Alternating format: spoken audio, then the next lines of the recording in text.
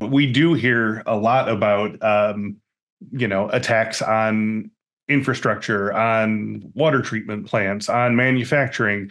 But honestly, like the thing that I keep thinking is I'm surprised we don't hear more about it if things are as sort of open as they are. So like, um, every past guest I've had on, like it always escalates into some fairly high stakes discussions about just how like they make it seem like there's just this field of unsecured industrial control systems out there that it would just be like Candyland for nation state attackers to. So I guess I'm kind of wondering why we're not seeing full blown catastrophes like every 12 hours, or am I just reading the wrong news here? But are there things that are protecting insecure systems?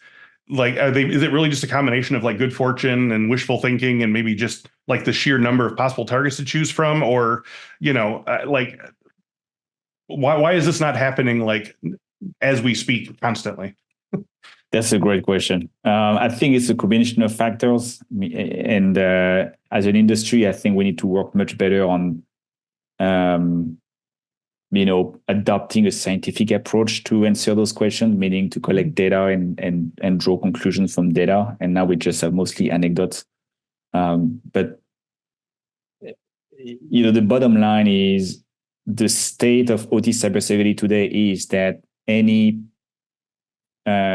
resourceful attacker with enough determination can compromise those systems. Like there is if you have enough resources and you have a clear target, it's the likelihood of you succeeding after some time to get into those networks is pretty high. And we don't see that in the news every day because luckily there's not that many resourceful, determined attacker going for those targets, or a combination of that plus we are investing and we are putting those defense on a daily basis to be able to raise the cost of those attacks.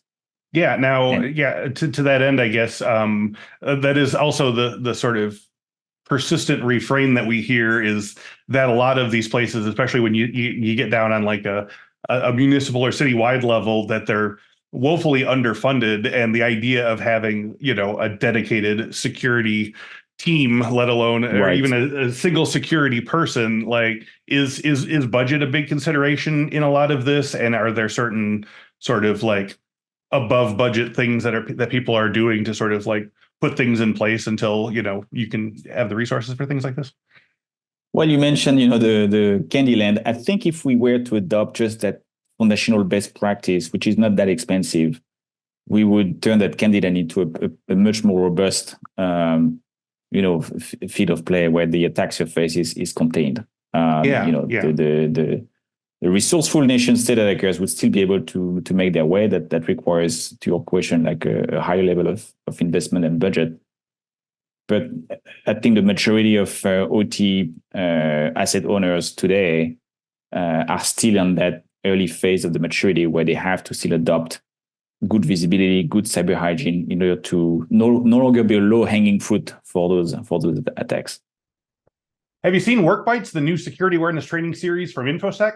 Our team produced this series with 3 E's in mind, making security awareness training entertaining, engaging, and educational. Just go to infosecinstitute.com/free to learn more about this hilarious office comedy. And hey, let us know what you think about it.